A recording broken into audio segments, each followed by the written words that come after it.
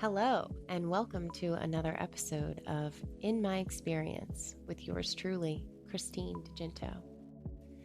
This podcast is a space where I speak from lived experience.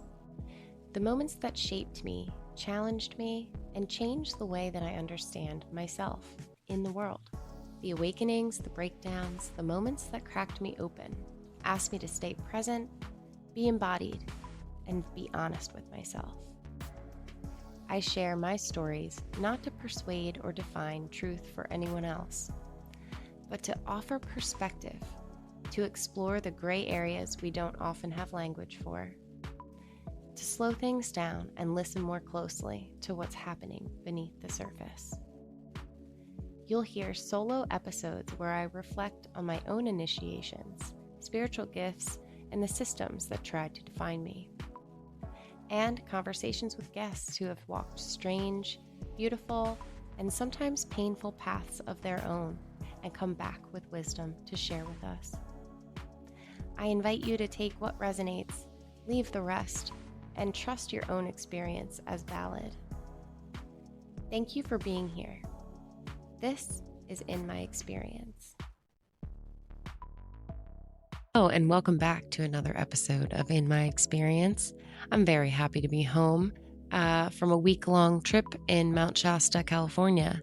It really opened up the horizons, and my mind and my body released a lot of energy that was being stored for many, many years.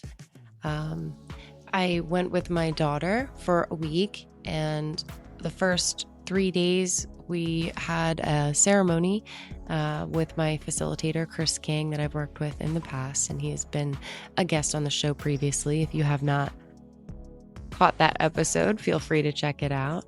Of course, I'm sorry, my cat, Kit Kat, is running around playing right now. She gets excited sometimes when I put my radio voice on.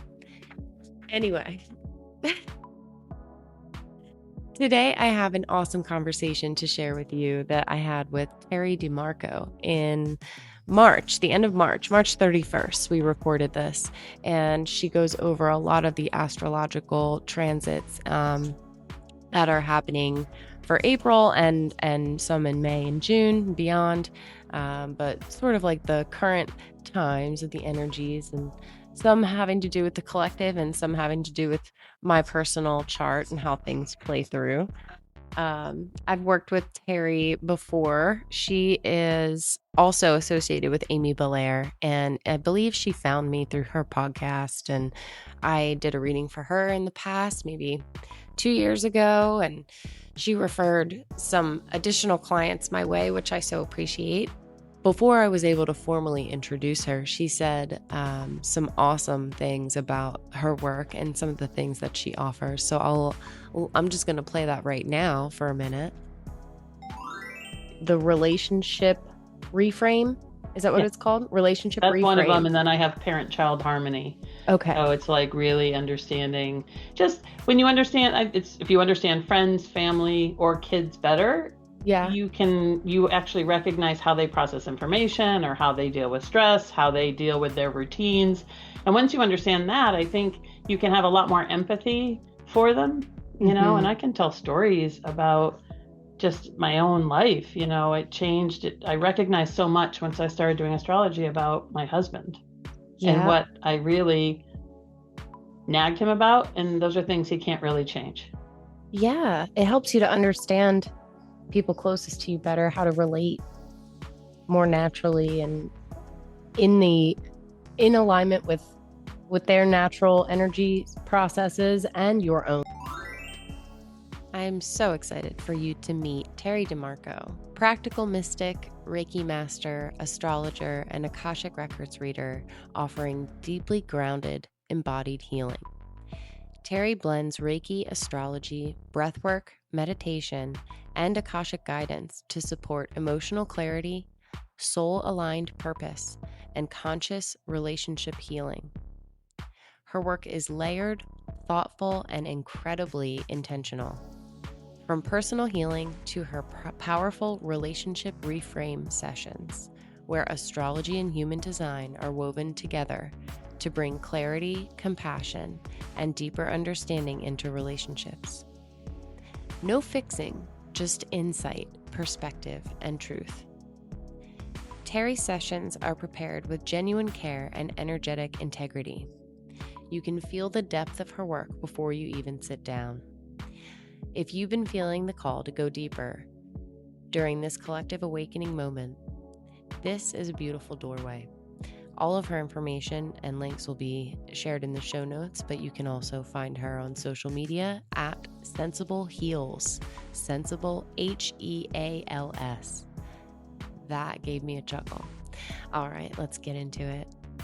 Today we have a wonderful guest. Teri DeMarco is joining us, and she is here to talk about her work in astrology. I recently had a reading with Teri, and it's a child-parent harmony relationship evaluation based on our charts. And she encompasses the human design aspects and the astrology aspects, and kind of helps break down how to relate differently in relationships. And I find it so valuable. Thank you so much, Teri, for your time today. I can't wait to talk with you about all of your work. I'll let you take it away and talk a little bit on your own. Well, thanks so much for having me. I've really enjoyed all the podcasts. So I'm always looking. I had to remove a bunch of ones that I would used to listen to, and I've been looking for new ones since the beginning of the year. And so I was so happy when you kind of broke into the scene. Oh, thank you. I've really enjoyed all of them. I Wonderful. Really think that you are tackling topics that are quite interesting and interviewing really good people. So I'm excited about that. Thank you so much. Yeah. So I'm excited for honestly, you to be here. You're a good person. Thank you so much. Yeah, well, you're one of them. Yeah. Yeah. So, as you know, I come out of the Amy Belair ether, I'm in her orbit, and it's been an amazing thing for me. I really feel that anyone who kind of flies into her orbit gets amplified in some ways. Mm-hmm. I think she's a very special, energetic human. Absolutely. So I've been able to participate in a lot of her different programs, and I'm just finishing up Akashic holographic mastery certification. So I'm excited about that. Yay. And I'm right now, 3 of us from that group are doing readings. We call it the Sacred Sisters. Yeah. We do readings when we can get together with different people, and it's been really fun because we each, as you know, anyone who does the Akashic Records brings information in differently. Yes. You can talk to the same person with 3 different people, and we're all going to bring different things.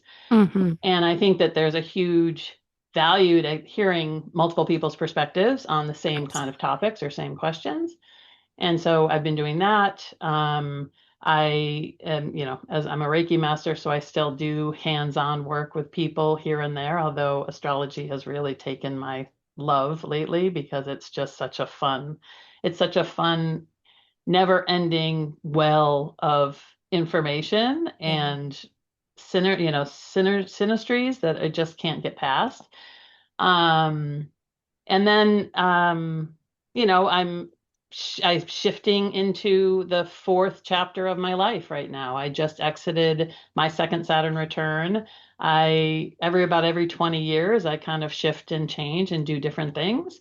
And so this is really my next, probably final phase before, I sail off into my retirement, whatever that means. Yeah. And it's been a blast. I'm so glad I'm where I am right now in kind of recognizing the new consciousness that's coming, and helping people across that bridge, right? Yes. It's really what I think most of us who have come through this are here to do, is to help walk people across and to help them. And I'm one of those grounded folks who, I'm not probably helping people figure out what their Lemurian or their Pleiadian background is. I'm saying, hey, what are you doing right now in your life that will help you re-embody so that you can stay grounded and understand all the energies that are coming across. And so, that's kind of my special sauce, I would say. We all have our own unique sauce. It's so valuable. And yeah, exactly. We all have our sauce. And for example, I couldn't begin to tell you about astrology. It is just not, my brain will not accept all of that information. It's been fascinating for me to learn about my own chart. And when I mean, I can't read a chart, but I can look things up and kind of feel into it. And that's what I do. I have like an app that I actually checked it before I came on here with you because I know Okay. you're so up to date. I'm like, I don't have no idea what's happening. That's me in a nutshell. So thank God for people like you who actually understand the science and have studied it and feel aligned and attuned with it, because it is absolutely accurate, valuable information that has been used since the beginning of time that we have discovered. It only makes sense. We come from the stars, we're made of the stars, we return to the stars. We should be looking to the stars to understand the influence that they have. Right. It's amazing. If you ever do get called, because I had never been called. I was right where you were, not too that not that long ago.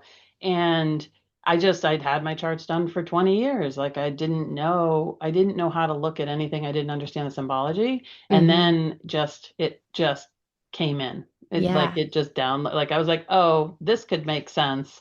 And it's a really fun deep dive.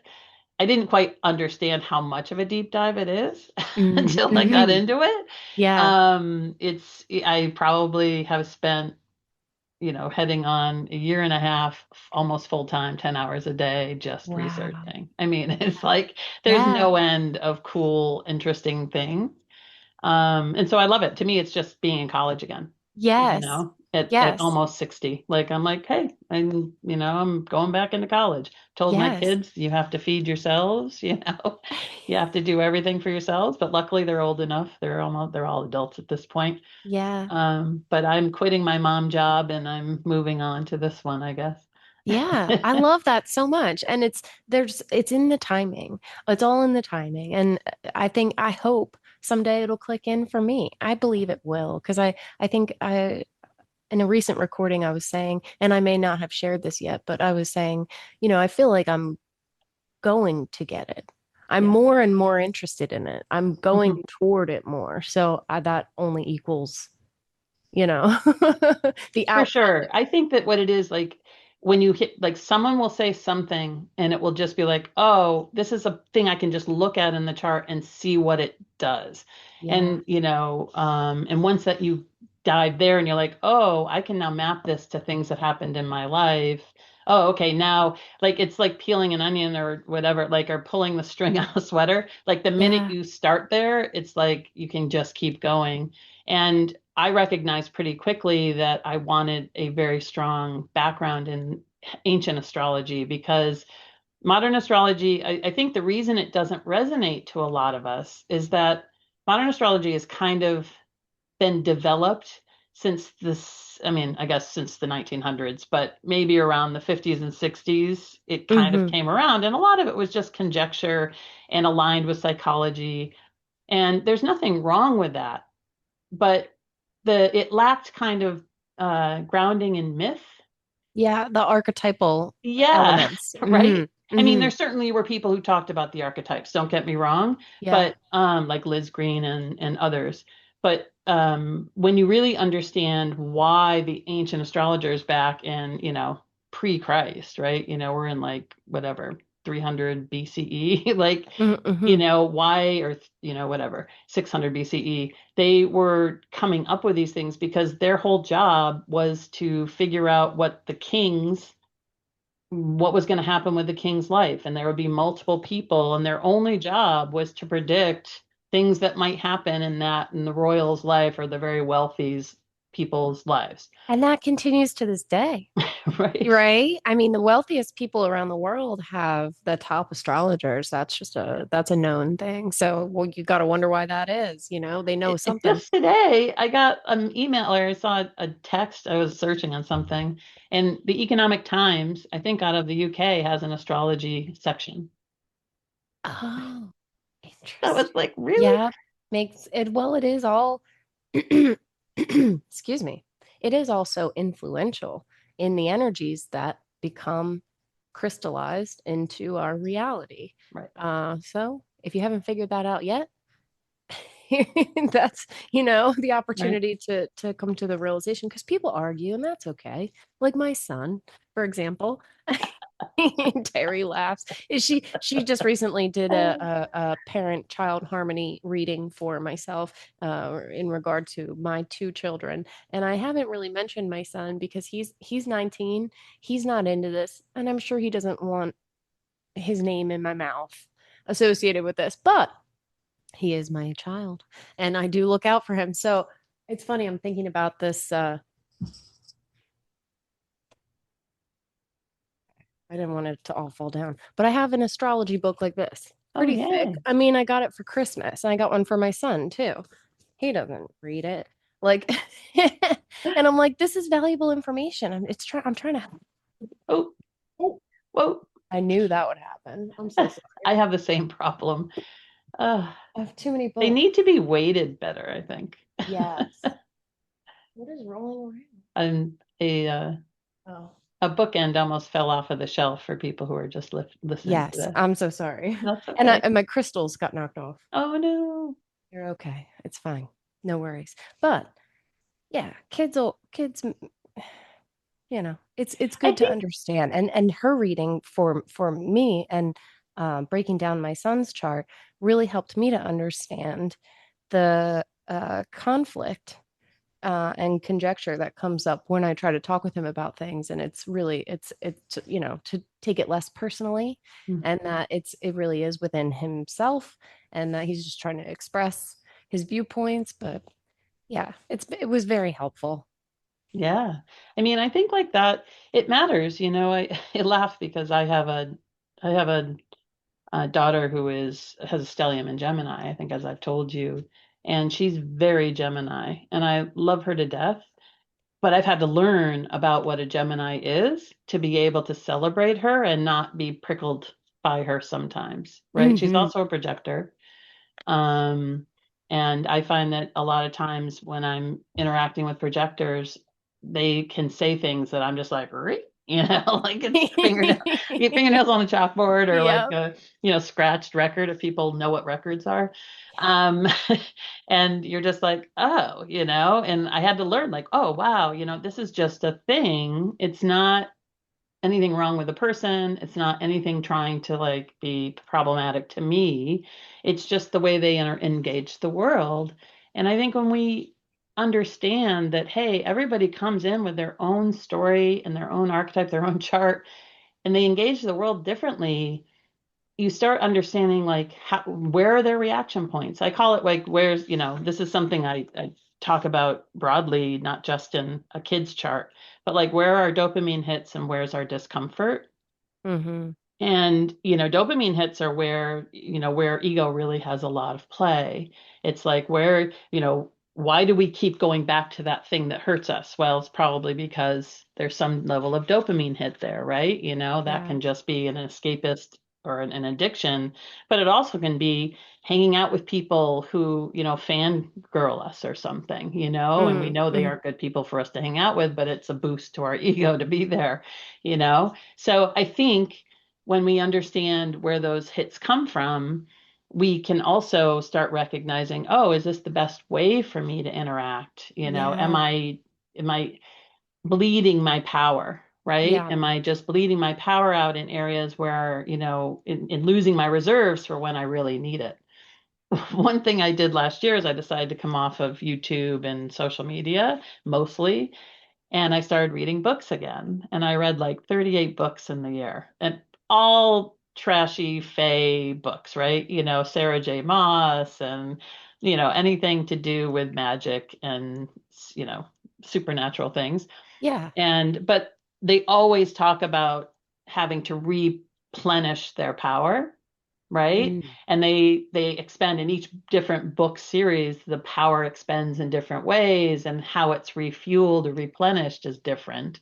But I think about that. I think that, we spend our whole days bleeding our power out in ways, and then we end up spent a lot of times when we want to do things that are important to us, especially as moms, right? Yes.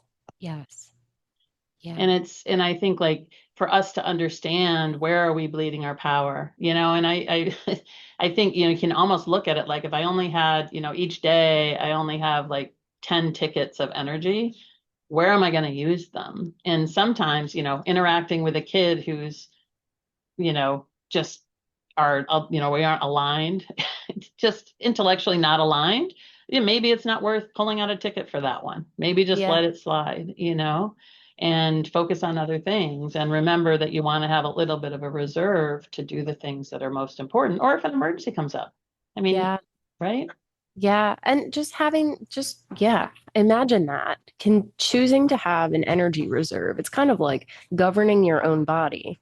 Like it's kind of like, what would you expect the government to do with the resources? You would expect them to plan and prepare and preserve, right? Right. I'm saying in the ideal, we would hope that's what you expect. That's what they're supposed to do. So, like, if you were a civilian, which we all are, and we are all pretty much on our own, thank God. I mean, we have that choice, so we can like decide to do things differently. But, just deciding to keep a reserve of energy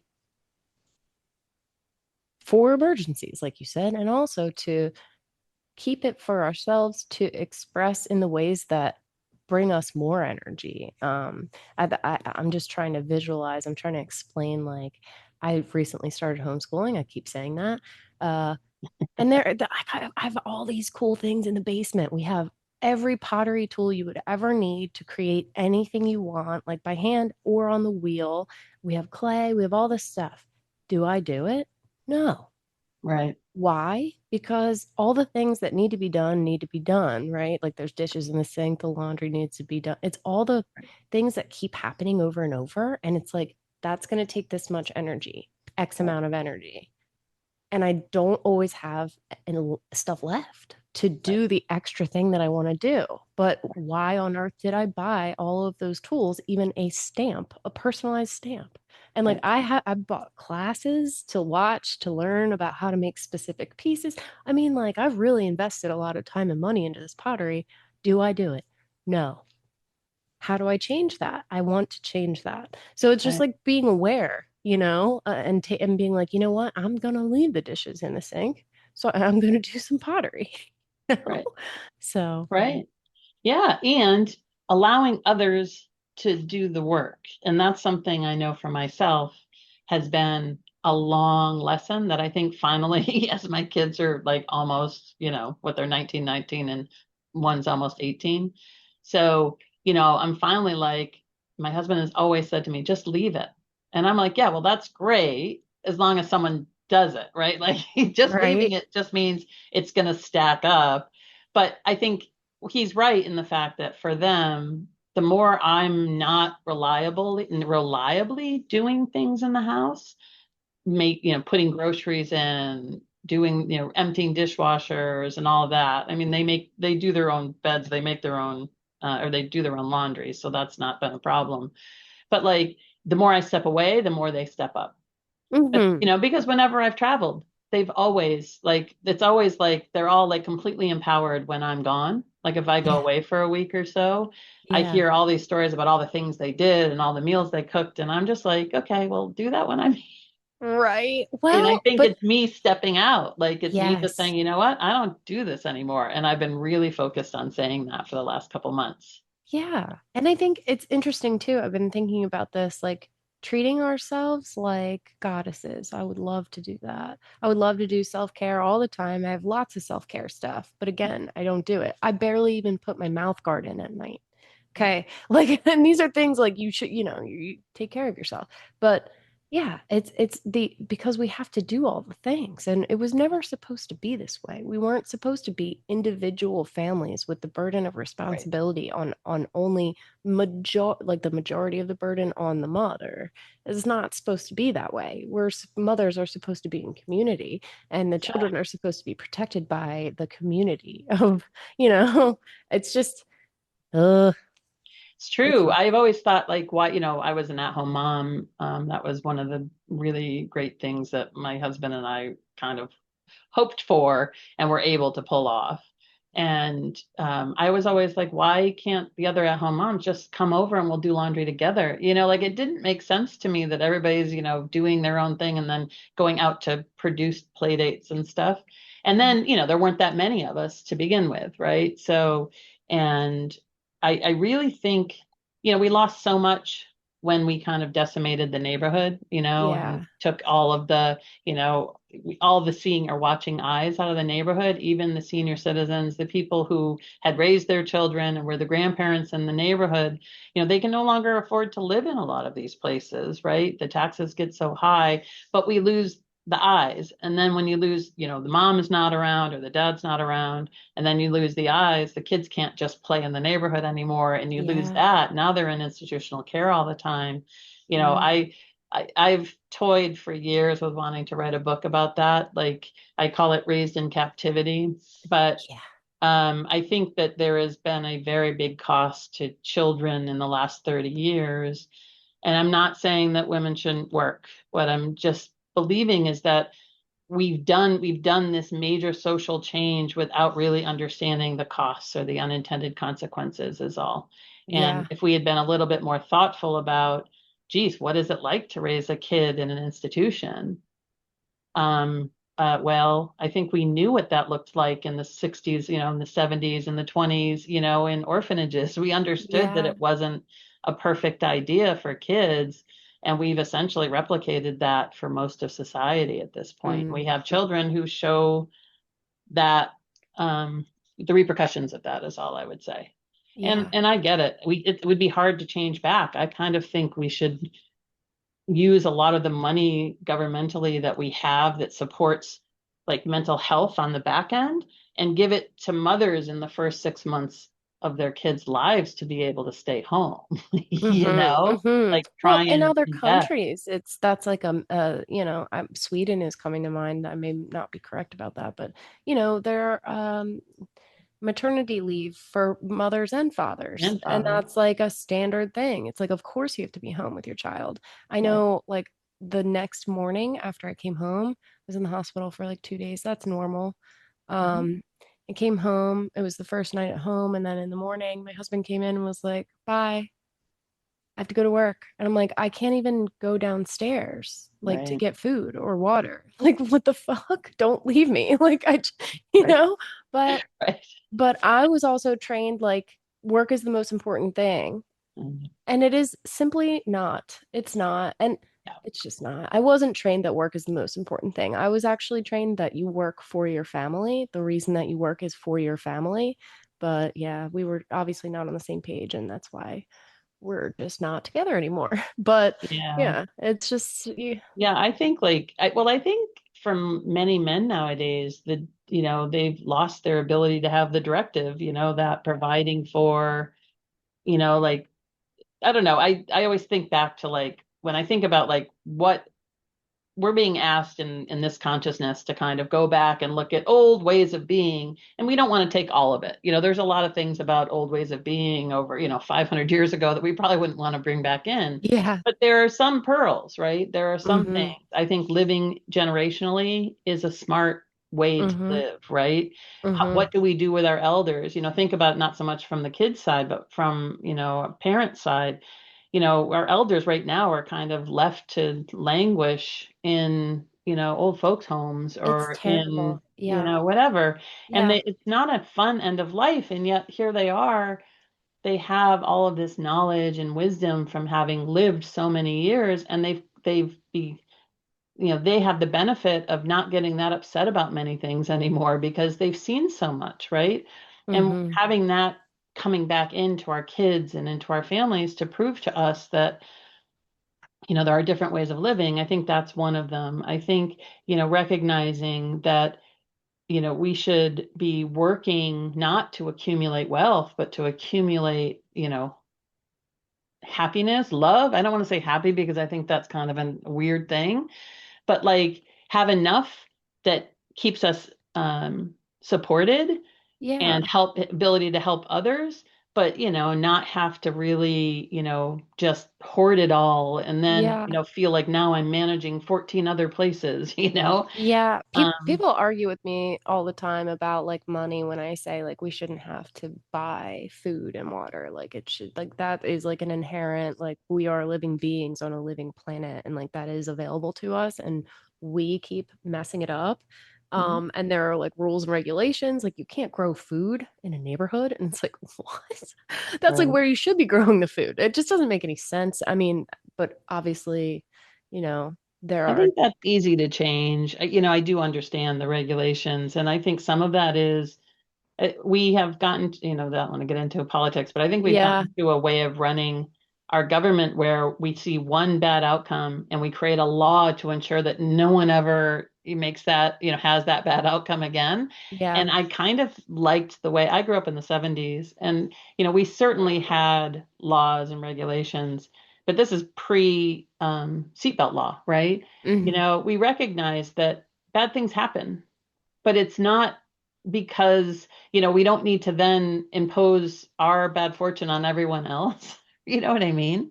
And so it yeah, was just a different way of living, and I'm kind of glad I came up in that because I understand that we experience life very differently because it wasn't so precious. I mean, I don't, not like people dying, but like it just didn't feel so precious. School didn't feel so important. Life didn't feel so precious. You didn't have these um, outsized ideas of what you had to do with your life, yeah, or not yeah, everyone did. And now I just feel like, everybody's got to be college educated. Everybody's got to be making six figures, and that's a huge amount of pressure on a life. And you know what? Knowing astrology, not everybody's suited for that. hmm, They just aren't, hmm, you yeah, know, and I wasn't suited for it. And boy, did I spend, the first 15 years of my career really driving and really achieving, but my body didn't do well, hmm, hmm. right? So yes, similarly, I understand that like as a projector, I was raised by generators and a manifesting generator, just surrounded by generators. So I was raised like a generator, but I am not. I don't have that energy. I'm not supposed to push and work until the cows come home. Like Right. that's not what I'm supposed to do. What do I do? Push and work till the cows come home, like because that's like what I feel like I'm supposed to do. But I've been getting away from that, and like lately, I've been feeling um kind of lazy and tired. Like yesterday and today, very tired. And I'm like, you know what? That's okay. Maybe I'm recharging for something that I don't know about yet. Like it's not that I'm being lazy. I'm taking care of myself and I don't have to push. So those are the types of realizations that like human They're design huge, has helped. Yeah. but they're huge. And I think the thing is that recognize the societal programming that we have is perverse. It's Yeah. not correct. And Yeah. we just have to grant ourselves the grace to recognize that, you know what? I understand that we have bought into this idea that has created a lot of subsequent things, meaning we bought into this idea that you must make money and you must have all this money to do all these things. But now we need so much to have all those things that it's almost getting to the point where it's like, how do you even do that? I mean, I'm looking at my poor kids who, they were homeschooled. Like my sons have no interest in college because they just at this point in their lives at 19 do not see the value. And I'm Mm-hmm. fine with that because I don't know if I see it either.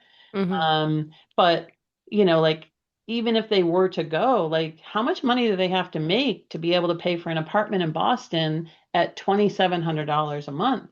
Right. Like that's a two-bedroom apartment here, Yeah. right? And Yeah. that's a low end of a two-bedroom apartment here. So like that's a lot of money. When I got out of college, I was paying $685 for a studio apartment. Like Yeah. that I could build from that, right? And I Yeah. could get to a point where I recognized, hey, I either will take the career path or I'll kind of grind. I'll work to fuel my passions or I'll work in my passion, and you can choose which path. Now you almost have to work and kill yourself to even try to enjoy a little bit of life. Yeah, I feel like the facade is falling for sure because it was never actually sustainable, but we were sort of tricked into it, like Social Security, all the things. And Mm. it's like the taxes and where our money goes and what money is spent on and how things work. And But I think this it's is just, what this it's, year, all of the astrology transits of this year yes. are exposing all of the shoddy foundation or scaffolding behind what, this whole belief system. And I think people are they're yearning for something authentic. They're yearning for, even if it's just, it doesn't even have to be fancy, just authentic, right? Yes. Why are Yes. podcasts so interesting to people? Why are they the new medium to get information? It's because it feels authentic, Mm-hmm. right? And people are just really interested in this. Like, this is kind of what it is. And they're looking out into the world and they're saying, wow, I can't rely on my government. I can't rely on my healthcare system. I can't, these places they do not deliver what they purport to deliver. Yeah. So we need to figure out how to keep our own selves healthy, manage, build our own security and wealth in whatever way we can, and make sure that we kind of own control over it. Yeah. Social Security is owned by the government. Anytime the government has money, I'm not Yeah. sure where it goes. Like, I think we're Yeah. starting to see some of the green curtain pulled on that, right? Mm-hmm. Mm-hmm. So I do think this is all in divine order. Like, we're seeing it Yes. all crumble, and it's painful to watch it crumble, and it's scary, and it causes a lot of fear. But I think it has to. I think it has. The reason we're seeing all this is so that we stand up and say, "Wow, if this were all to go away, what's most important?" And it's the only thing that I can really control is how I interact with the world, Mm-hmm. myself, Mm-hmm. Yes. And how right? you That's it. feel, what you spend your time doing, and like what that means to you, how it helps others, how it helps yourself. Yeah. Absolutely. I'm excited for it. I've been seeing this coming. I'm ready for it. I'm just like lawless. Pew pew. Like whatever has to fall, I really don't care because I know that it'll be so beautiful. And I really believe in our human capabilities of coming together, solving problems. I already know that things exist. Like there have been countless scientific breakthroughs that just get covered up because it's not convenient, Right. but like that doesn't mean they don't exist. Okay. So, like, all this stuff, it already exists. We already have the solution. We hold Right. the solution in ourselves. And yeah, making choices every day to be more cohesive with the world, all the other humans in the land, because Right. that's why we're here. But Yeah. Teri, you said that you did some research talking and you wanted to touch on some of the things you see in the pipeline for this time astrologically. Can you speak on that? Yeah. So I just kind of I really only went to a month forward because I think there's a lot happening in April. Um, and so it's interesting. Um, and we could talk about stuff later, but I think this is a pretty big month coming up. So, like, first of all, most everything is happening in Aries right now. For you, that just means that is in your 11th house. So, I kind of looked at what was going on in your chart as well. But the Aries, the sun has just transited into Aries, as we're in Aries season. And on March 22nd, Sun hit Neptune. It like went over Neptune. And then soon after, it went over Saturn. It get conjuncted with Saturn and it's moved through. But what is happening in Aries, because Neptune and Saturn sit there, they're like, I would call them like a cleansing planet kind of a thing. Mm-hmm. So you have Neptune, which is the dissolution planet. It's the planet that takes all of, like, it's like I'm living under a cloud or under you know an illusion, and it Mm-hmm. gets removed, right? It can go backwards too. It can be like I'm living aware and then all of a sudden things get cloudy and confusing. But right now I think the way that Neptune is playing in Aries is to just say, hey, you know what, all of the things we used to believe, we need to start questioning. That's all it's Mm-hmm. really there to do. And then it has Saturn, and Saturn happens to be what they call in its fall in Aries. And that means that it's not working as well as Saturn can work if it's in a different sign like Capricorn or Aquarius. And but Saturn still has an ability to say, hey, we see everything dissolving, but we still need to recognize that structure has to be there. We can't have anarchy. Does that make sense? So we Yes. need some structure. So we need to recognize, hey, I think, Neptune's kind of just, I would say, melting the edges of Saturn's discipline and boundaries so that we can re-envision what the new structure might look like. Oh, goody. That Okay. sounds delightful. Right. So as now that we're in Aries season, all of the inner planets are going to start crossing, crossing in through Aries, and Mars is entered actually tomorrow. So tomorrow Mars is entering, and that's Mars is the action planet, right? It's the planet where we cut, sever, separate. It's the one, it's our action. It's where we act without thinking, but it's hitting two planets that are really going to kind of temper it a little bit. So Mars in Aries happens to be in its own domicile. So it's very powerful there. But keep in mind, Neptune, because it's that dissolving, it's very watery. So water and fire don't always mix, right? Water can kind of take a little bit of the fire out of the way. So what we're seeing, I think, as Mars comes across Neptune and Saturn is it's going to have, as it enters Aries, it's going to temper a little bit with its ability to be fiery. And it's going to be, hey, I might have to slow down and be a little bit more thoughtful here because there definitely is a need to act, and there's definitely a need to be kind of warrior-like in this world that we're in right now. But we also don't want to burn everything down.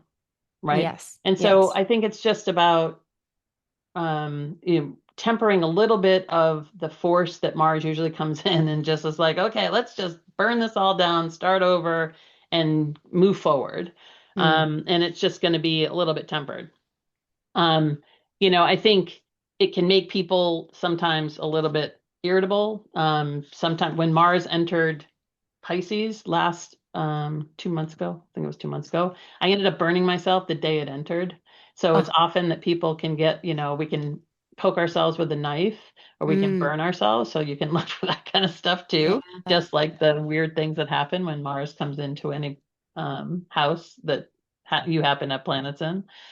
And then it also, Chiron is in Aries right now. So Chiron is the wounded healer, right? Yeah, that's Chiron is conjunct my ascendant and Aries is my moon sign. Yep. So what does that mean for me? So, well, Chiron means, for whenever Chiron is in Aries, it kind of means that sometimes you recognize you don't fully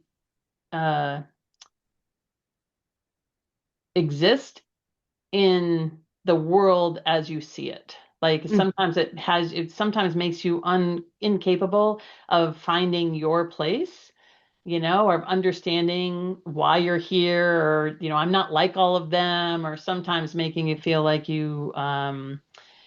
that your identity or existence is somehow in question sometimes. And that may be for you specifically, it might just be amongst groups or friends sometimes. Like, it might be a hard place. Like it's I hard have for like me to no find my friends. mojo. Okay.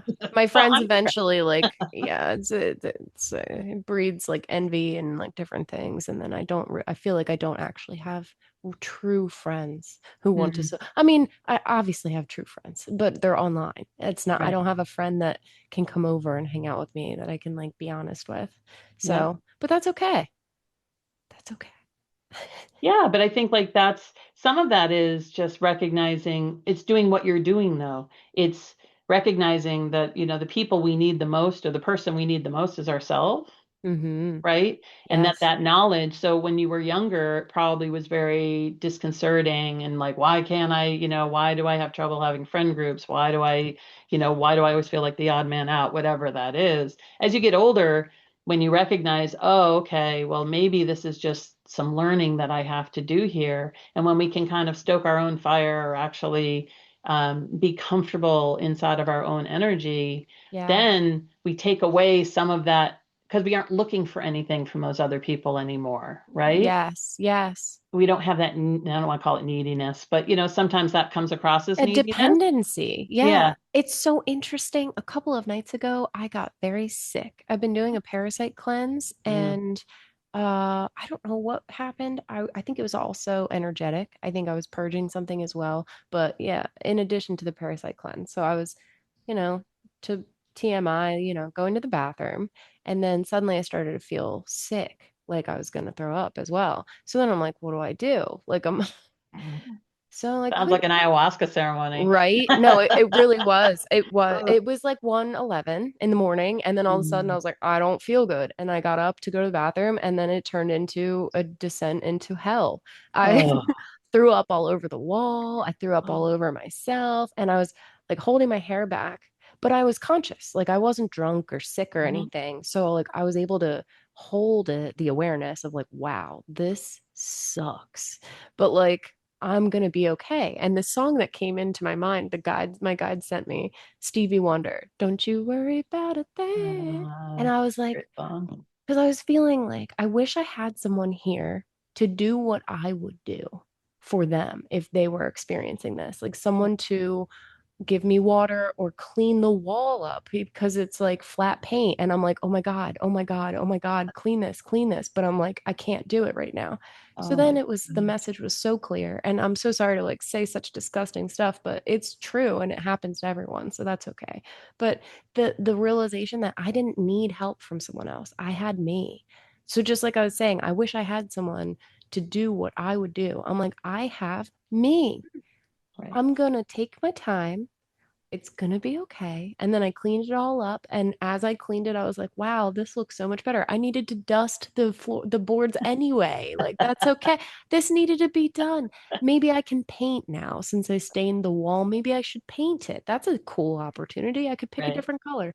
And then I'm just trying to find all the best ways, right? So I put my clothes in the washer. I got in the bathtub and I just like, I cried and I laughed and I was like, oh my God, I don't need any, like, I just took such good care of myself. And even though that was rough, it was necessary, but I feel so much better now. And like the next day, I felt like 10 pounds lighter. I didn't even eat like all day long. I just didn't need to. And I was like, I'm so glad to be getting this stuff out because this needs to come out.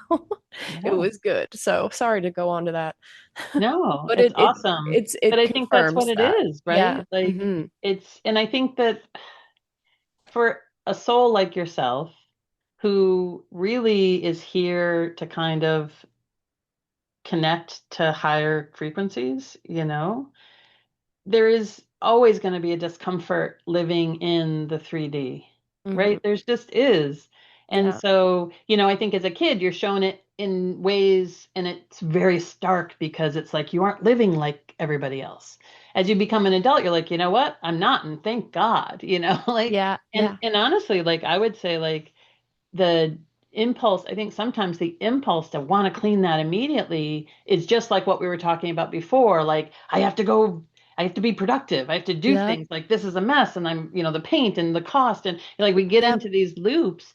And the yeah, reality is like, you know what? Treat yourself like you would if your kid did the same thing. Are you yeah, okay? We can yeah, clean this up later. Don't worry about it. We would yeah. say that to our children, Exactly, right? exactly. Yeah, Yeah. It's like reparenting ourselves in some ways. yeah, yeah. So, as nasty as it is, Yeah. but Well, I think it's funny. I've been trying to talk about this and I might make a whole episode about it, but shamanically, I see our release of things like going to the bathroom, getting vomiting, tears, sweat, blood. It's all sacred. And it really does mean like I mean, like I said, I think it was an frequency-based purge because I also am committed to going to a private plant medicine ceremony April 9th. So I have committed to that. They know I am preparing, I am, organizing, I'm aligning. So that's part of it as well. So it was really beautiful for me to get that strength from within myself through and that. you've also done other medicine journeys. And Yes. so, the medicine always works before you take any. Like you don't Yes. really need the medicine, so to speak.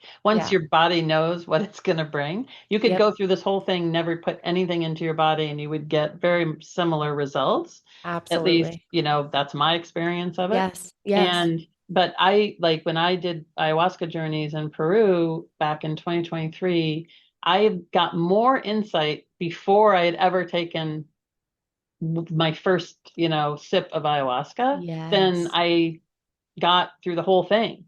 It's wild to me. Mm-hmm. And, like purging is necessary. And I think that we've turned it into something that's bad or ugly, Yeah. and I Yeah. think that we need those releases for sure. Absolutely. I think what I want to talk about is releasing the stigma of that because yeah, it's a natural process. But yeah. Right. So I'm sorry, I don't want to like get off on No, this that's nasty okay. tangent, but No, that's all right. So let's see. Like the other big stuff that's happening is that Venus meets Uranus later in the month. So like April 24th, 25th, thereabouts. Venus is coming into Gemini, and you know where Gemini is in your chart, right? yeah. And Venus is going to go in right before it goes in, it's going to conjunct Uranus. And then it's going to move first into Gemini, and then Uranus is going to come in right after, like a day later. And what that really means is, as you know, Gemini is Mercury ruled. That's your ascendant ruler. So that's mind, thinking, communication. It's easy. It's curiosity. It's kind of technology. It's all of these things that are like interesting. It's also diplomacy. Like it's being able to see all sides of an argument, all sides of different ideas, just ruminating. It's a very youthful sign. And Uranus is the quick changer of the zodiac. It produces leaps forward in technology. It makes us question things. It makes us question authority. Like, so you think about all the stuff we were talking about, like what's happening with the transits. This is what's happening at the end of this month is questioning authority. Are the systems that we have to run our own lives or to run our government or to run our world, are those the right systems to have in place? I don't think we're going to have the answer right away, right? Hmm. But these are the questions that are going to start coming up. So you can look at them for like, what is it in my own life? What is it societally? And what is it kind of in the universe? Hmm. Hmm. And so from the universal standpoint, I think it's the new consciousness, right? It's just, Yeah. hey, you know what? We're kind of throwing away the old and bringing in the new, but we can't kind of enforce that down on the human world because they would implode. Like there's so many people not ready. But what are the humans doing? The humans are kind of doing the same thing, but in their own small way. So what Hmm. are the systems that aren't working for me anymore? Being somewhat anti-establishment. I think, we see protests a lot, but I really think the one we should do is protesting, I call it defund the government, like protesting about how these systems have just kind of overtaken our lives and that they rule too many things, right? And maybe we should really just start looking at what do they rule? What are we okay with them taking on and governing for us? And what are the things that maybe are overstep, right? Hmm. Where is Hmm. it, that we think that maybe it would be better suited for us to maintain our own sovereignty in those questions? Where can we take back some of that agency that Americans always thought they had, right? Hmm. I think Hmm. we've kind of gotten to a point where we've lost some of our rights. I mean, you talk to Amy about what's going on in Canada, and I think there's been a very large shift in human rights there, citizen rights. Yeah. So, and she's feeling a lot of that and talking about it on her podcast. And I think that may come up. But the other big thing about Uranus is just, look at the old, clean it out, and be prepared for the new, purging, Hmm. Hmm. right? And you're Yes. doing this, I kind of chuckle because I knew you had a medicine ceremony coming up in April. And I think it's the perfect time for you because this is kind of the month where you're like really clearing out, getting very clear about kind of what are the most important things for you moving forward. Because as we talked about before, May is going to be really important for you. And I really think it's just answering the directive, Yeah. answering the fact that, what, you were brought up in this world in a way with a lot of beliefs and patterns and ideas and ways of being. But in order for you to kind of get to the next level, you have to say thank you to that whole system, but recognize that I can no longer be beholden to all of these rules Hmm. of my upbringing.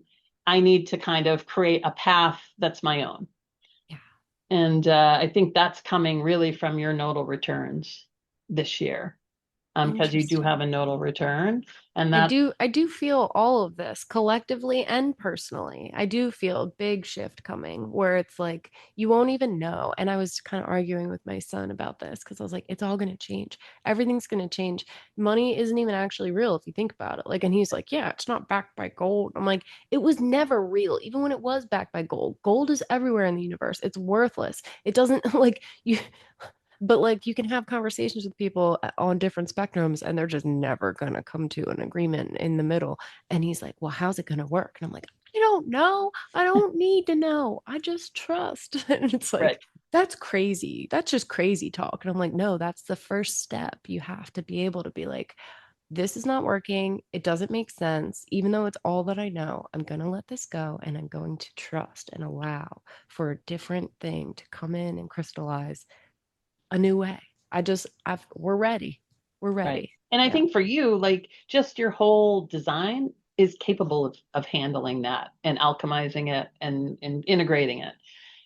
A 19-year-old boy who's trying to find his way in the world, it's going to be very difficult. I mean, they're looking for, maybe I see it as they have a directive of being productive and being valuable in some Mm-hmm. way. And the only, when you look out into the world, the way to do that is kind of by following the standard path. Right. Right Mm-hmm. now that path is very narrow. For Yeah. some, maybe it's the trades. For some, it's going to college and getting a job. And a lot of boys going to finance. Right. Is that a path to enlightenment or a path to a happy, joyful, life, spiritual life? I'm not sure. I don't see that, but I grant people grace to maybe that is for them. But I think like that's what we have to realize with our kids is it's their own freaking path. Like Mm-hmm. I don't need to own their path. Like I believe that the job of a parent is done at age 14. The age, between 14 and 18, they may be living under our roof, but they're really just testing out all the things we've given them. They're Yeah. pushing boundaries and doing things that are stupid maybe, but the reality is they're testing it out while they're still in a very safe environment. And Yeah. then once they kind of get past 18, they really are capable of adulting. And we want to say they aren't because I think societally we've really infantilized our kids, Mm-hmm. right? Mm-hmm. But Mm-hmm. I was capable at that age. Yeah. And I need to grant my kids that. And I need to grant them that they can have whatever opinions they want, knowing that I've given them a good basis and Yeah. that they likely will, they'll have to develop their own way of engaging the world and thinking about the world. And I can't control that. Like I wouldn't want my parents to control that. Yeah. Right. Like, Yeah. and I had my parents controlled the way I think, I'd be a different person. They were very, much more risk averse than I am, Mm-hmm. right? They lived in one place pretty much most of their lives. They did what they were supposed to do. I change every 10, 15 years. I'm doing Yeah. something completely different, Yeah. I don't know. That's So, we all have our special path. I'm yeah, so excited for that. And I love being a parent, just knowing that like it's not really a reflection of us. All our job is to make them realize how capable they are exactly. and allow them to find their footing and build their strength. Yeah. Right. And I think that our children are all delivered to us to help show us opportunities for growth, Mm-hmm. truly, Mm-hmm. and that they are our teachers. And if that's the case, we have to really revel in whatever they come to because um, we know that we are all souls incarnating on a path. Our children were souls who decided to come through, likely that we've traveled with in the past before, right? Mm-hmm. So, the harder the interaction, the easier the interaction, all of it is to expose truths to us, to help us uncover the reason we're here, Mm-hmm. right? Mm-hmm. Yeah. And there is a path. I always say, like, if I think of an astrology chart as like a video game, if you see what you came in with, and these are your resources, and this is kind of how you deal with things, Yeah. like you have an axe that doesn't work so well, if you think about Minecraft or something, Yeah. right? I came in with like a bum leg and, an axe that doesn't work so well. But I still have to, move through the levels and get to the main boss at the end, Yeah. right?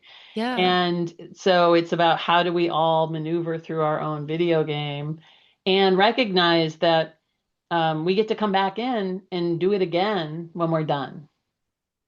Yeah. But we'll have a different set of tools and a Yes. different, different bag and maybe, a working arm this time or whatever.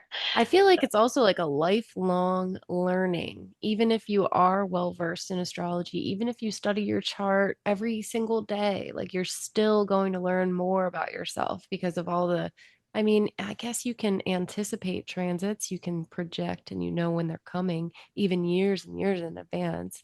But I mean, that's not fun. Nope, I wouldn't do it. Yeah. Last year I had a honeycomb, which was like, every day, like what was going on. I was like, it was overwhelming. I was like, you know Yeah. what? I don't want to know. And Yeah. for me, I don't know if I don't have enough information to know if this is just me or if it's all people who are more like enlightened, awake, or, just connected. I tend to feel transits 3 to 4 weeks in advance. Uh-huh. So I notice that there's something going on, and then all of a sudden the transit will happen. Yeah. And I just kind of get that feeling. Same thing for me if I'm doing medicine journeys or if I'm doing any kind of soulful work, I'll get insights before we actually have started the program, that kind of Yes. thing. And I Yes. think it's just probably because I'm kind of tapped into some of that. The universe is providing us the information well in advance because it doesn't want to wreck us. It Yeah. really doesn't. This is a gentle universe. Mm-hmm. It's about providing, and a lot of times I kind of believe it's about providing breadcrumbs. It's Yeah. about nudges and breadcrumbs. And when we don't listen is when we get the sledgehammers. Yes. Yes. It's interesting, like when you were describing a little bit earlier about committing to plant medicine ceremonies and then having a lot of the integral information come through in the weeks prior, you still don't even know that Right until until you are after. able to look in retrospect. Like you, oh, it's such a wild experience because you know you're receiving it and you're like, wow, that's a key. And it like you can feel it in your body. Everything clicks in. You're like, yup, I got that. And then, but you think you might understand it, but you don't until after. And then it's like, wow, how did it all connect? Well, Well, right. by My beautiful ayahuasca design. journeys, I got 2 words in one of my ceremonies: surrender, control. And it's been 3 years. So I'm just about 3 years out. I still get insights. So I still am integrating. Mm-hmm. Like it has been, I could have told you what I thought it was right when I got done, Yep. and then what it turned out, what it was 3 months later, what it was 6 months later, a year later. I was still getting revelations all the way through last year. Like Yeah. it's amazing to me. That was 2 words. Like, Yes. and you just like, and people want it to be like mind blowing and, all this stuff and tell the stories and Oh, it's so whatever. subtle. It's It's subtle very and cryptic and yeah, it's very important to keep just you gotta keep going back and it'll revisit and it'll shift and morph and connect in different ways that you could never even imagine. And that's yeah, how you know it's by beautiful design. Like it really is. It's yeah. yeah. Well, it's another thing we are missing is rites of passage in our culture, Yeah. right? I think that if we were living a little bit more authentically, just in kind of, in the seasons and with community and all of these small community, right? Not large cities. I think we would find that we would have natural ways of having rites of passage for, the people in our tribe, whatever that might be. And some of that includes some of these vision quest kind of activity, Mm-hmm. whether it's Mm-hmm. just, being stuck on a mountain for 7 days, without any real resources, or it's taking medicine. And the Shipibo maestros that I worked with, their children, when they're babies, get ayahuasca. They give them, they're getting these medicines from early ages. Mm-hmm. And it's really about clearing out. It's number one, being in touch with the plant medicines. It's clearing out old stories, removing kind of the stuff that we need to move out. And they're the most peaceful people in the world, right? But they don't Yeah. aspire to what we aspire to Yeah. here. That's not the goal. The Right. goal is the gold inside of them. And I think that misinterpretation of like, even like the reptilians, like they're mining for gold, like that's the silliest thing I've ever heard. It's like they're mining, we are the gold. Right. Our energy and emotions and intentions are the gold. So, yeah, it's wild. But it makes a lot of sense to me, to include our children in our, um, practice as well, and honor their design, and like you said, give them the opportunity to as well be connected. Yeah. No, and you're giving your daughter a great gift of just being able to be home.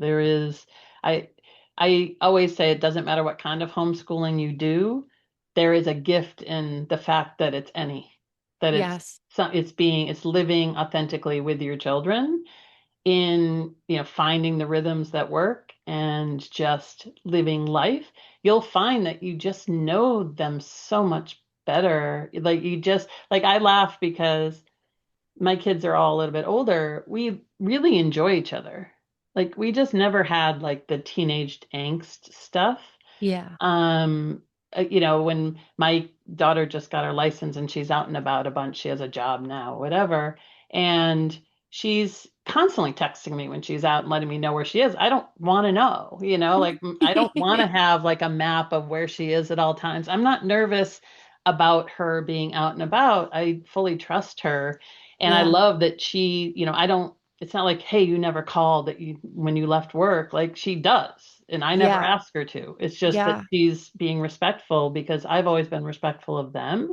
Mm-hmm. They are respectful back. And I think that this, it is really special when you can get to a point where you defy what society believes having a relationship with your children is, Yes. right? Yes. Yeah, I totally agree with that, because we like we were talking about earlier, our job as parents is not to control or force them or mold them into anything. It's to support them and allow them to grow and encourage that growth. So, yeah. And to become who they were meant to be. Like I think about how much I've had to do in my own healing and my own, journey of just really understanding what layers were put on me in my early life, how they showed up in my adult life and what things I want to keep and what things I want to get rid of, right? Hmm.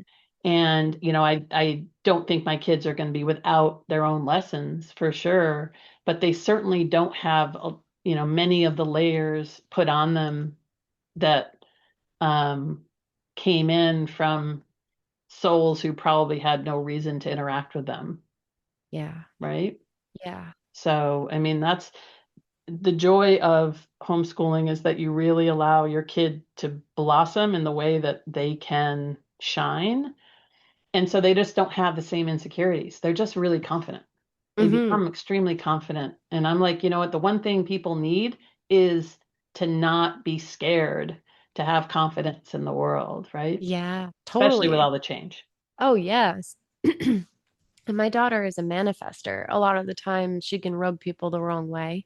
And being in an environment like school and having other kids and just different relationship dynamics and how it works, like she just bucks the system. And it's not like she ever got in trouble. She would be very well behaved at school, right? But then she'd come home and have meltdowns. And it's Mhm. like, because she had to hold it in all day. And Right. it's just, I mean, lately I she's had one been of those. waking up at noon, and I'm like, is that good?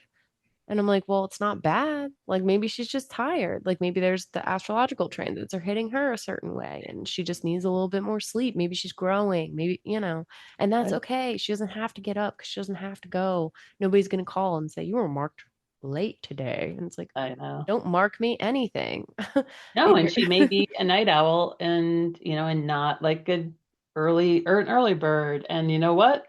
Like that's really good to know because if you can like talking about managing energy, right? Because Yeah. manifestors don't have unlimited supply of energy. Yeah. But if you understand that, oh, okay, I need to be able to ride my waves, right? Hmm. Well, you're not, if you're forced into like waking at 7 a.m., getting to school, rushing, rushing, rushing, they've expended a lot of energy probably just getting to the bell, Yes. right? Yeah. And then they're forced the whole day to be doing things that are not that interesting mostly, right? And Yeah. obeying, which is takes a lot of effort for kids to just fall in, right? Hmm. Especially if Hmm. they have agency at home, which we had my kids, we had the same thing, like they were perfectly fine obeying at school, like they wanted to comply, but it took a lot of energy Yeah. because they didn't want to fail.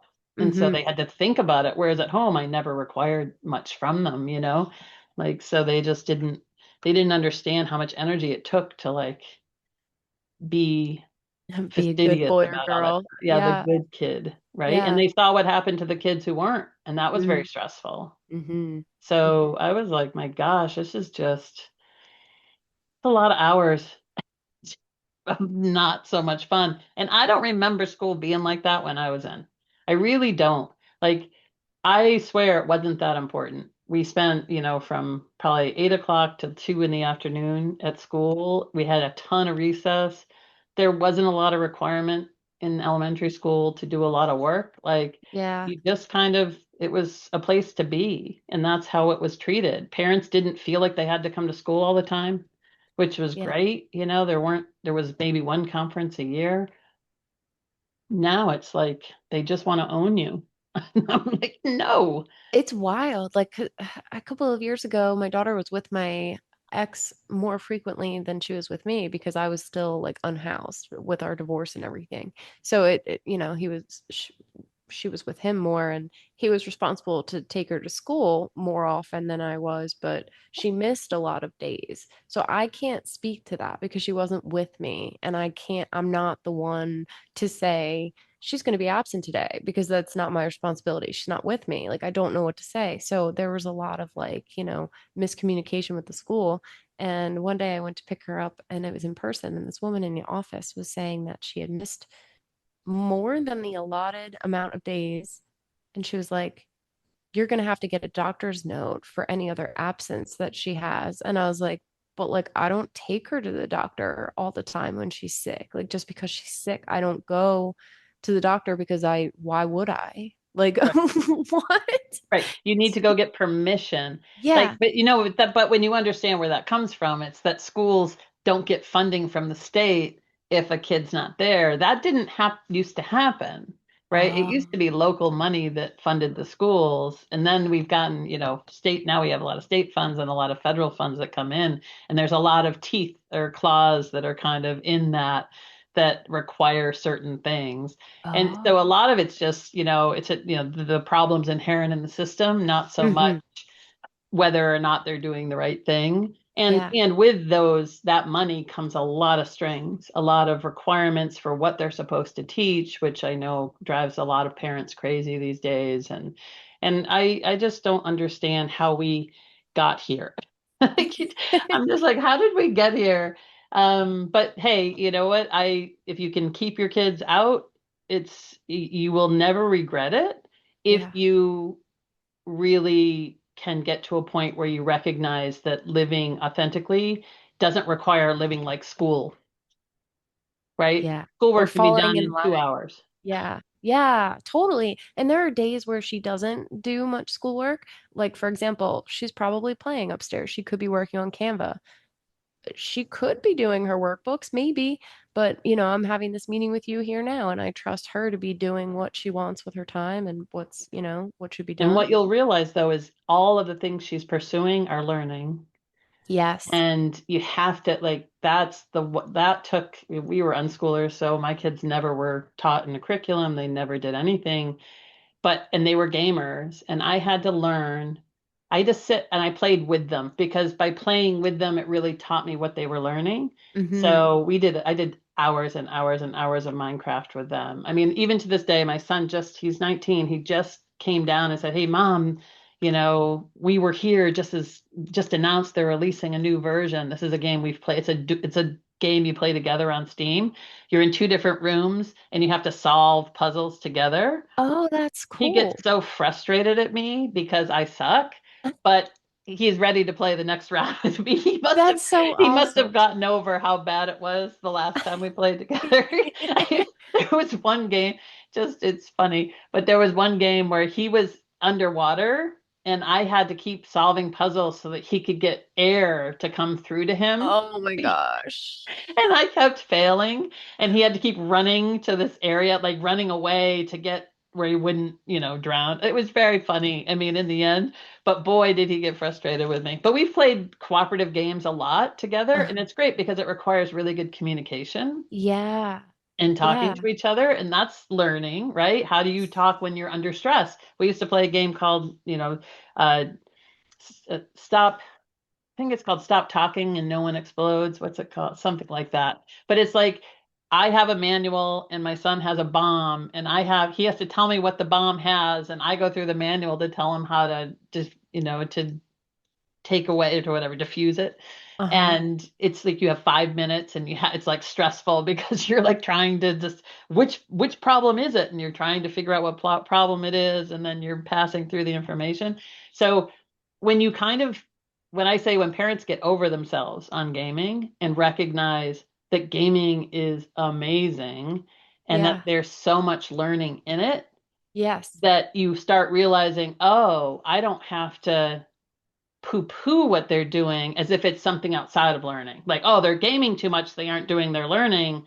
To me, my kids almost only learned in gaming, and they are astute, literate, capable. Like, I have a son who knows so much about history, it's insane. Like, he can just rattle because he watched YouTube videos and he liked a guy and he played civilizations for years and years, where you Yeah. just build worlds.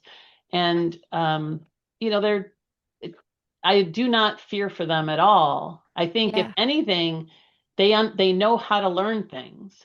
And Yes. so when they're faced with having to figure something out, they have mechanisms. They don't feel like they have to go to a brick building to learn it. They just Yeah. go to the web and they ask people and they try things out and they do different things. What I would do to learn something.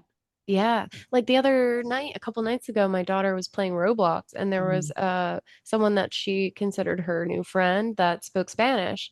So then she's going online, looking up words in Spanish and writing them down on flashcards so she knows how to spell and communicate and write. She's learning Spanish. I'm like, Yeah, it's cool, awesome. play with your friend.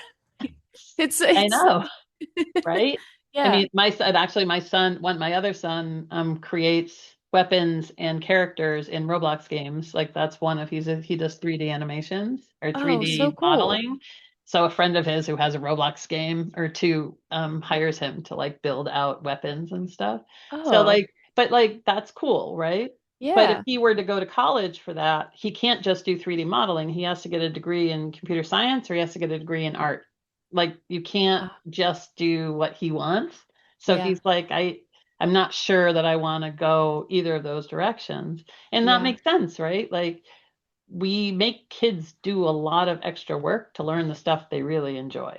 Yeah. And it's not that way in the eco villas in Puerto Rico, for example, the communities that are already working along the lines of what I imagine for what the future is going to be for the rest of us in my dreams. Um, but the schools there, it's like basically Montessori, but not quite. It's like they can gravitate toward whatever interests them. And there are 3-year-olds using real knives, Yeah, making real food. And it's like, that's what I want to see, not someone 100%. being like, oh my God, no, you're going to cut yourself. It's like, how are they going to Oh, ever well, learn how you to? only cut yourself once. Yeah. And then you're I like, mean, damn, I don't want to do that again. right. Well, it's, that's the baby proofing culture, right? Like we Yeah. used to, I never, like I baby proofed, I hardly did it, but I think I put the plug things in, but I never put something around the edges of the coffee table because I was like, number one, they aren't even going to know there's danger. because if you pad it all, like you're essentially raising a kid in a padded room. I mean, I True. didn't have like, we had a wooden stairs, and we had a log home at the time when our kids were young, and we had a wooden stairs that were the big bolt, like big pieces of wood and with sharp edges, and we never put a gate at the top. I was like, you know what? I want them to be, aware that they're at the top of the stairs and need to be conscious. Yes. I mean, and Yeah. the only child that I had that fell down them was my daughter, which makes sense. She's a, but that's all right. She only has a couple twitches. I Oh, mean, the boys were like, they never had a problem with it. Like, I think we have, we need to recognize that kids have an amazing will to live. oh And yeah. sometimes we need to like let them try it out. Like Yeah. at a playground where they can climb and do things without somebody, like kids sense our energy. So if we're, nervous, kids are like, oh my gosh, I have to be fearful of this. And they'll Yeah. stop themselves. So owning our own reactions, like this is all the healing shit, right? Like Yeah. learning how to control our own reactions to things with children, without children is one of the Yeah. most important things. Yeah, I was a swim instructor for a short period of time last winter, and I loved it so much. I worked in the morning, so I worked mostly with younger kids who were not in school and sometimes babies. And the babies didn't often go under the water because they had parents in the class. So it was like a mommy and me kind of class, but also dads would come. I don't want to make it sound like it was just Mhm. moms. But yeah, swimming with the kids. But we didn't really let the kids go under the water too much, which all actually like doesn't make sense because if you're trying to teach them how to like hold their breath, they're going to need to be in the water to find out how to hold their breath. But when I first started, I remember there was a little girl and she jumped into the water. She was probably 2.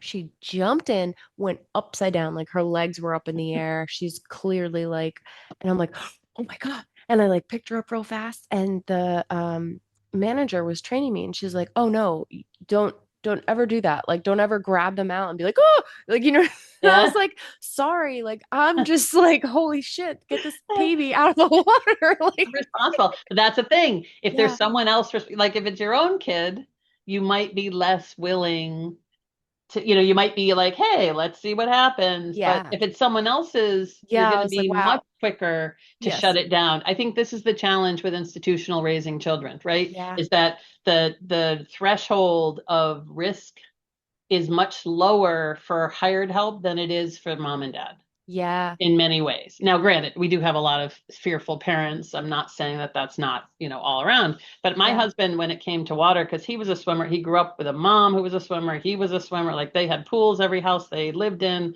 And so he was always like, it takes a while for a kid to drown, is what he would say to me. oh my And gosh, so, he always let them kind of get into their own trouble in the yeah, water. yeah, And I, well beyond what my threshold would have been. But you know what? They've all lived through it. yeah, So, and they aren't swimmers, but they're competent in a pool.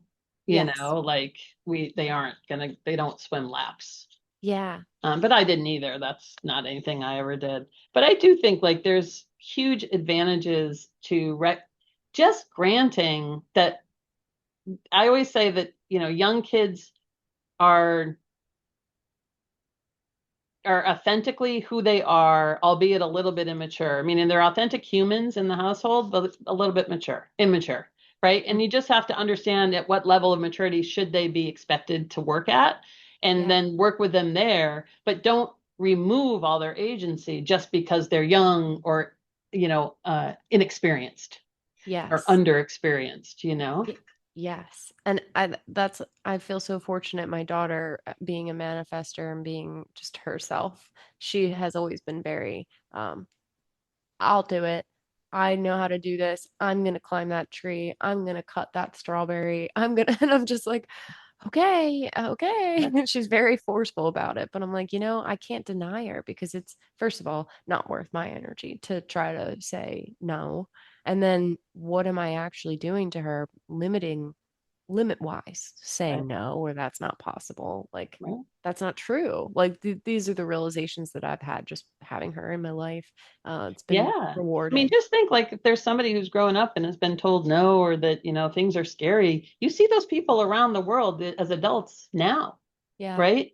They're, you know, they're the ones who don't, that, you know, like the minute something bad happens, they want to tell an authority, you know, like how I used to see it I used to run a very large Facebook group here in the area, and people would like say, like, you know, my neighbor is running his lawn blower at 7 a.m. and how do is anyone, you know, a lawyer I can call to get them to stop? And I'm like, well, can't you just talk to them? You know, like, no, I'll hire a lawyer to, you know, call mommy to have them deal with the problem I'm having instead of actually confronting them directly, you know. It's just like, it's so odd to me. But that is odd. That's all right. You know, we've created this, and now we've got all these people that we now have to kind of pull out of the water and bring them back up and be like, okay, everybody, it's time to be independent and capable and understand who you were meant to be, and just get you back to where you should be. And with help from you for their astrological charts, human design, Akashic records, and Reiki, I can't wait to see the litany of connections that come because of the work that you're doing. I'm so thankful for your time today and for everything that you're doing, your insights. And I know for years now you've shared and offered to share insight on homeschooling. I so appreciate it. You were a major inspiration. I remember sharing that with you. I think it was over 2 years ago. Like, I want to homeschool. And you're like, anytime, I'll got you. We'll talk about it. So here we are, and it's happened. And I love to see that, especially in reflection, that, yeah, things are moving in the right direction.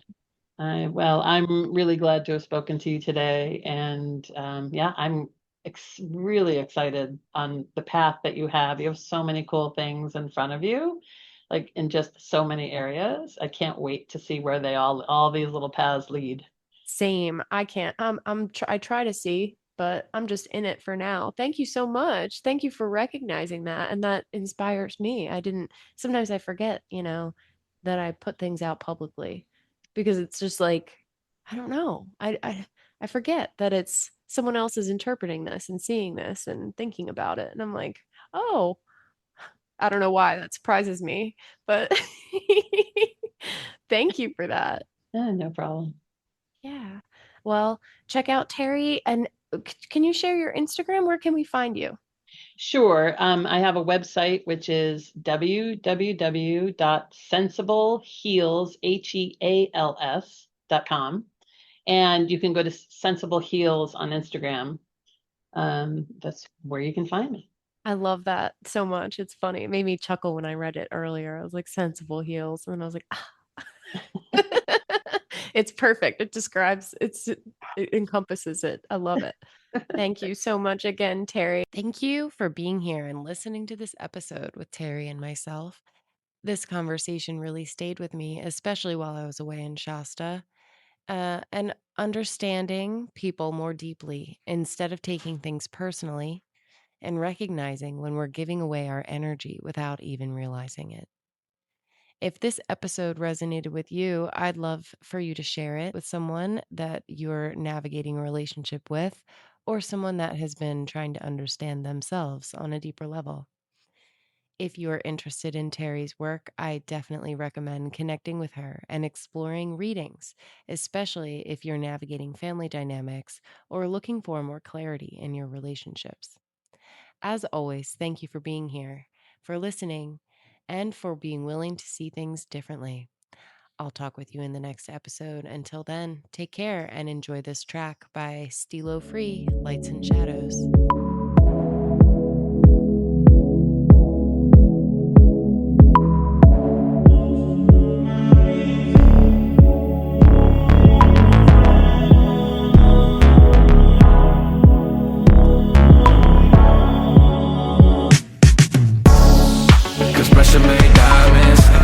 Smoke a lot in the silence. It's all love, but no trust. Why you think I'm doing too much? Cause pressure made diamonds. Lay back, smoke a lot in the silence. I roll up and go up. Why you tripping, give me no love? gotta mind me. In the end, I hope you really find peace. I had to set my mind free. I had to let my soul breathe. Moon sign Pisces, heart broke psyche. Angels all around me, but demons wanna fight me. Feel like I had to fight myself. No, I had to look inside myself.